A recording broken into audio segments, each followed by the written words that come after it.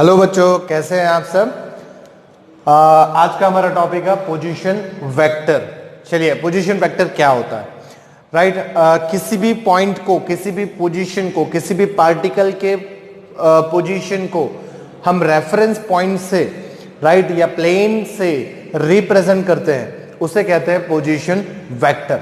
जैसे मान लीजिए मैं यहां पर एक प्लेन ले लेता हूं, एक्स वाई प्लेन, ठीक है। ये यहां पर मेरे पास एक्स वाई प्लेन है, ठीक है। इस जगह में एक पार्टिकल सपोज कर लेता हूं, let this particle is P, right.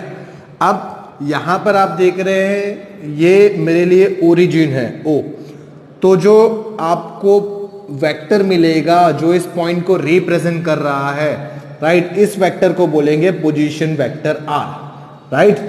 अब आप देखेंगे पोजीशन वेक्टर आर रिप्रेजेंट कर रहा है, इस पार्टिकल की करस्पॉन्डिंग आप वैल्यू देखेंगे तो एक्स एक्सिस पर आपको यहां पर एक पॉइंट मिलेगा जो आपको एक्स आई कैरेट यानी कि एक्स एक्सिस बता रहा है यहां पे। इसी तरह से करस्पॉन्डिंग वाई की वैल्यू मिलेगी आपको यहां पर, राइट, जो आपको करस्पॉन्डिंग वाई जे कैरेट बता रहा है, right, i for X axis and j for Y axis. तो ये जो हुआ आपके लिए क्या हुआ, ये जो है पोजीशन वेक्टर है, राइट। तो हम यहां पे लिख सकते हैं यहां पे position vector R of a particle P in a reference angle, in a reference frame, sorry, in a reference frame xy is given as, that is position vector r is equal to, it is xi cap plus yj cap, right। आप इसे ऐसे भी बोल सकते हैं, position vector r is equal to X i caret, right, इसे caret भी बोलते हैं, आप कैप भी कह सकते हैं, हेड भी कह सकते हैं। तो यहां पे आपको पोजीशन वेक्टर क्या मिला, vector r is equal to X i caret plus Y j caret. ये आपके लिए जो हुआ पोजीशन वेक्टर है, इसे बोलेंगे पोजीशन वेक्टर। तो अगेन इसकी डेफिनेशन क्या होगी, position vector is a vector of any point or any particle which is located from the reference point, right, from the reference point। तो reference point के लिए आप कोई भी plane ले सकते हैं, वो 2 डायमेंशन भी हो सकता है और 3 डायमेंशन भी हो सकता है, ठीक है। ये हुआ पोजीशन वेक्टर आपके लिए।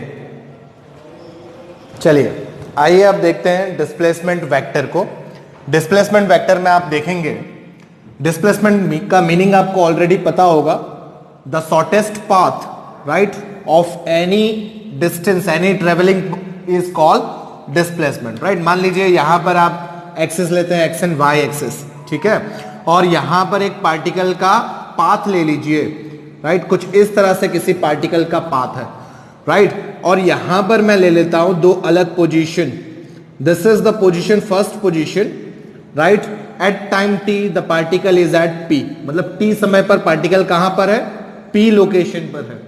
इसी तरह से हम दूसरा लोकेशन ले लेते हैं, यहां पर मान लीजिए ये दूसरा लोकेशन है मेरे लिए, और यहां पर t डैश टाइम पे पार्टिकल कहां पर है, P डैश पे, राइट। तब आप देखेंगे यहां पर इनकी करस्पॉन्डिंग वैल्यू x और y एक्सिस पर, ठीक है, करस्पॉन्डिंग वैल्यू आपको मिलेगी। ये मेरे लिए सपोज x है, यहां मेरे लिए ये y है, right.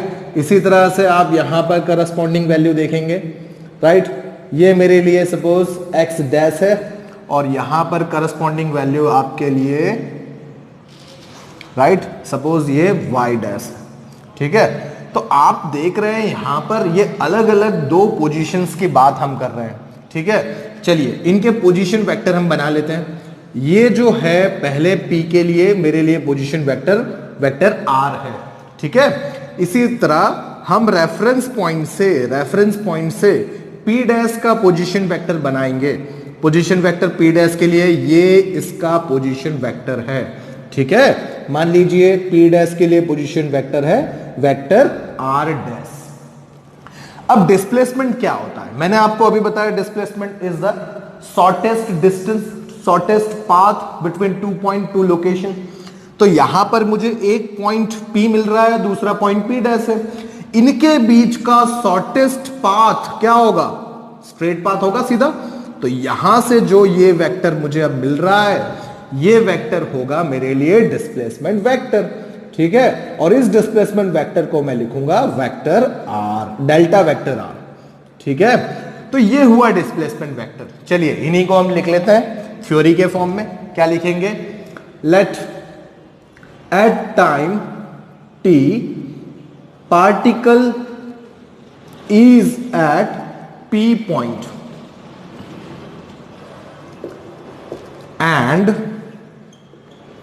at time t dash particle is at P dash, right? Particle कहां पर है? P dash पॉइंट पर है, right? Then displacement vector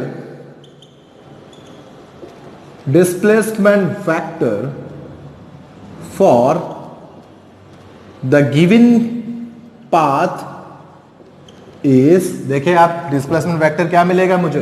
यहां पर डिस्प्लेसमेंट वेक्टर मुझे मिलेगा that is vector R is equal to, देखिए शॉर्टेस्ट डिस्टेंस है, मतलब क्या हम इसे कह सकते हैं? Final position minus initial position.